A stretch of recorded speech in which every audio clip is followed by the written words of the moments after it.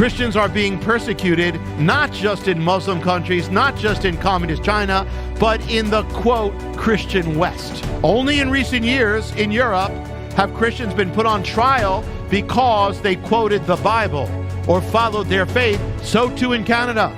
And in America, it's coming.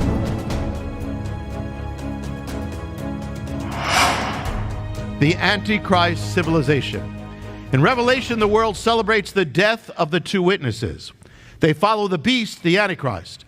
They war against God, against the Lamb, Messiah, against the people of God. Now, for almost 2,000 years, Western civilization was Christian or resting on a Judeo-Christian foundation.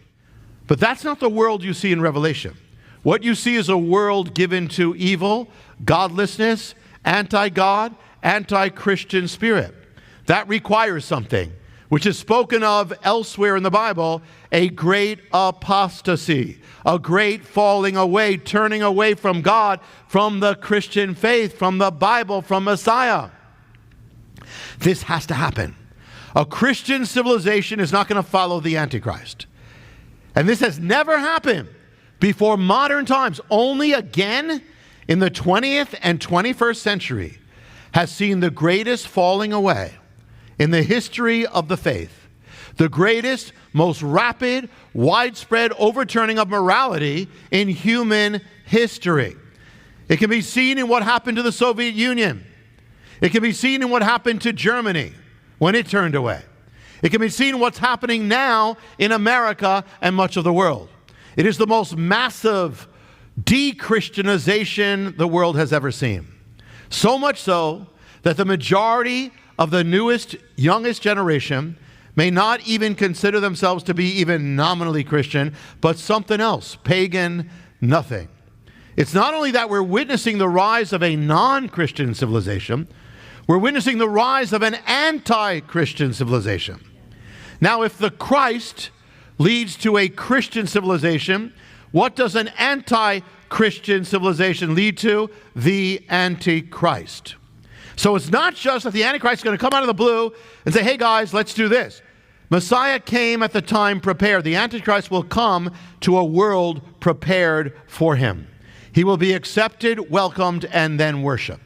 So what will we have to see happen? We'd have to see the Christian civilization for the last 2,000 years begin transforming, morphing away from God. We've watched it. We're watching it happen every day. First to a non-Christian civilization, mainstream culture, then to an anti-Christian mainstream culture. Just look at the Olympics. That never would have happened even a few years ago. Now, the Antichrist has not been revealed yet, but the spirit of Antichrist is already in the world. And this phenomenon has only reached this state in recent times, only now. The sign of persecution.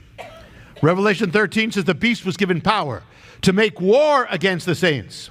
Revelation 16, they have shed the blood of your saints and prophets. Revelation 17, I saw the woman. She was drunk with the blood of the saints, the blood of the martyrs of Messiah, Yeshua, Jesus. When I saw her, I marveled greatly. I saw the woman was drunk with the blood of God's holy people, the blood of those who bore their testimony to Jesus. The book of Revelation reveals that in the last days, the people of God will be persecuted, even killed. Now, the people of God were persecuted in Rome at the dawn of the age. But once Rome and the West became Christianized, that wasn't the case, at least not blatantly or openly. They would never persecute in the name, against the name of Jesus. That's been the case. But increasingly, it has not been the case, but now it is again. Christians are being persecuted, not just in Muslim countries, not just in communist China, but in the, quote, Christian West, the apostate West. Only in recent years in Europe have Christians been put on trial because they quoted the Bible or followed their faith. So too in Canada. And in America, it's coming. The present Department of Justice has been weaponized, has been seeking to throw pro-life protesters into prison. Old grandmothers into prison. We are watching the beginning of the censoring of the gospel, the banning of the gospel, the mocking of the gospel, the hatred and marginalization of God's people.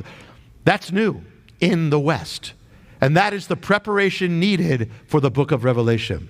And that's not even to mention that the greatest era of persecution since the first century, actually including the first century, was not the first century, it's now. More Christians are being persecuted now throughout the earth than have ever been persecuted in the history of the age. The Euphrates. Revelation 16, the sixth angel poured out his bowl on the great river Euphrates. And the water was dried up to prepare the way for the kings of the east. According to the book of Revelation, the great Euphrates has to dry up.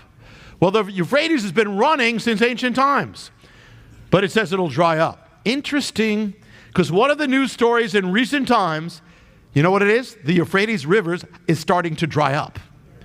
Could that be part of what is described here? You decide, but it has never been before. It's only happening now. One world. Revelation 13, he calls all, both small and great, rich and poor, free and bond, to receive a mark on their right hand or on their foreheads, that no man might buy or sell, except he had the mark, or the name of the beast, the number of his name. The mark of the beast, what will it be? A code, an implant, we don't know, numbers. But here's the big picture. There's no way man could ever cause all the people of the world to receive a mark, or have the ability to cause the world, everyone, to buy or sell or not buy or not sell. The Emperor of Rome could never do that. He could never affect the people of New Guinea. It was never possible. The only way it could be possible if there's a one world state. That one world state would also have to have the power of modern technology, as in computer systems. It is what China is implementing right now, total surveillance of their people, a total credit system that if they are judged as positive to communism, they are given privileges to buy things. If they are not, they will have tickets denied, they will have their bus ticket denied, they will have their children's education denied. It's happening. Could this happen? And we have it in America too. It's beginning. Banks can defund you if they disagree with your conservative stance. So all this can only happen, as it says in Revelation, if there's a one world state with the technology that we only have now. Only now. And only in the 20th century have we had any governmental organizations, real ones, like League of Nations, United Nations, World Monetary Fund, International Bank, International Court of Justice, which just condemned Israel. We are becoming a one world system. Not just in one realm, but everything. The clothes you wear is probably manufactured all over the world. The things you have in your house all over the world. Never has the world been so integrated economically. Never has any government or organization had the power to know, watch over, survey you, control you, know what you're doing in your home. It's going there until now. We are moving there.